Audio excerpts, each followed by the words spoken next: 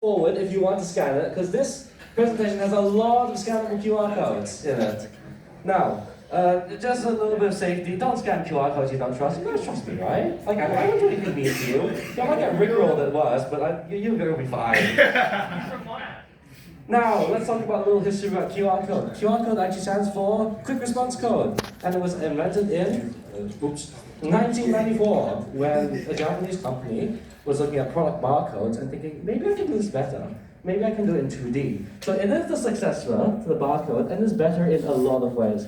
First of all, we can scan it with our smartphones, which we can't do with barcodes. Next, they can store like 200 times more data. And number 3, what have I just done? I do not know. Oh! Right, number 3? Yeah. They look better. Yeah! Can you imagine if you asked for my Telegram QR code and I showed you this? Does this look better than the QR code? No! I disagree with you guys. I think this looks sick as hell, but it's probably not convenient. Now, QR codes have reasons why they are the way they are. So let's play a game. This is a QR code, and some of it is information, some of it is just stuff that needs to be in every single QR code, and it doesn't contain any actual information. So how much of this is actual data that's unique to the QR code? Can I get an answer from the audience? 6, 7. 6, 7? No, you guys are wrong, it's 83%. So these blue things, they need to be there. They're not actual data. So let's talk about why these things are the way they are. And let's play more games. Let's pretend they're computers for a second, right? We are dumb, we see images and we're not sure what's going on, right? So, is this image upside down? Sort of. Yeah. Sort of? What are we thinking here? Yes, the answer is, I don't know.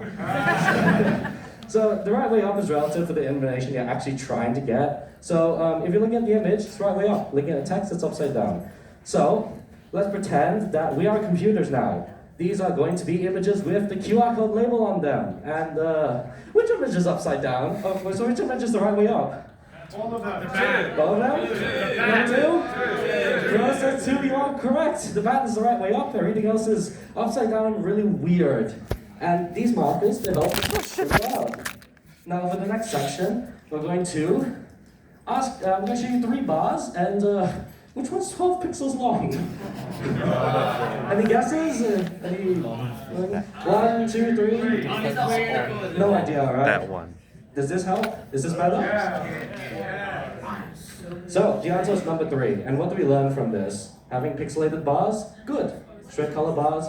Bad. Now, we're going to look at one last thing for QR codes. And is flat images right here. When you scan the QR code, ideally you want it to be flat. But sometimes it's not always going to be that way. So I'm going to give you 3 images, and they're going to have some lines on them, and which one of these images is flat? which one do you think? 1? Yes! Pogo. Right. The Earth is flat. Don't call me on that. Now, how does this apply to an actual QR code? Let's use what we've learned. In this QR code, there are 3 position markers, and that helps the computer tell if it's going to be the right way up. Next, we have these alignment markers, and they help us figure out if it's flat or not. And then, we have the... Come on. The timing bars, there we go. I always get messed up. Good. So now, let's talk about a few things about QR codes, the actual data part. It's a bit complicated, so I won't be going into a lot of detail. But if you read the pixels in this squiggly pattern, you'll get a lot of binary patterns. Now, how many non-binary people are there? What the fuck?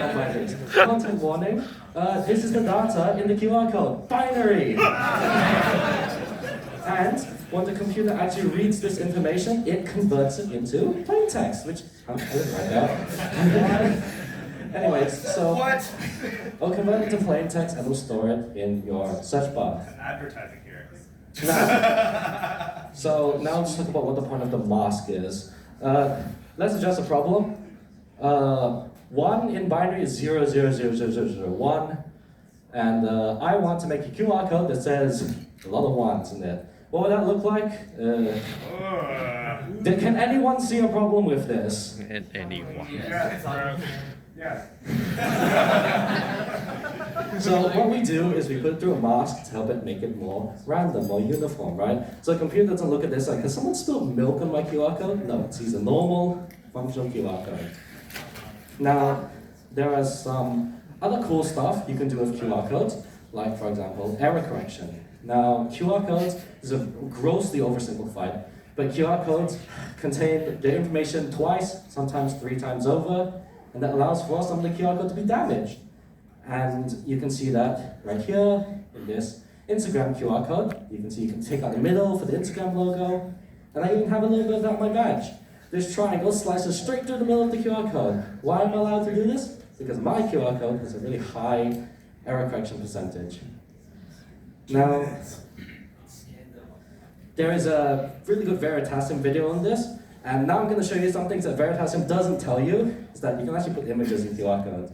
So here's a quick little thing called halftone QR codes, and we call this abusing the center color of a pixel. Which pixel's black here? So yes, the left pixel is black, but the computer sees the right pixel is black, even though it's mostly white. So what we can do is we can do this. Right? So you see these little black dots? They don't make the image look black, but they count as black pixels, so the computer sees it completely normally. Now, if you guys want to scan this, it'll take you to a funny Da Vinci video. Alright, so I'm gonna go to the next one. Let me show you some really cute QR codes I made myself. Here's Dylan. If you scan this, you get a little pop-up on your phone that says, "Hi, I'm Dylan." That's if you trust me, I'm not gonna rickroll you. Right? And then, you could do so much more of this. This is an image. This is literally me on a QR code that you can scan right now. And it'll take you to my virtual. 1 minute. Now, that's mostly all for today. Before I wrap up, here's Veritasium's video on it. You should check it out. And like scan it, save it in your bookmarks for later. You can learn a lot about QR codes from it. Did anyone actually scan this?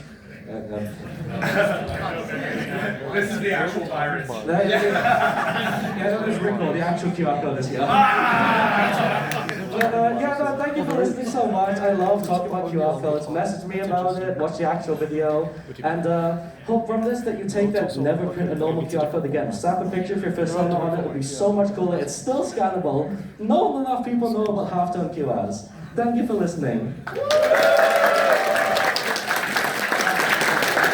Thank you to Dylan! Thank you to Dylan!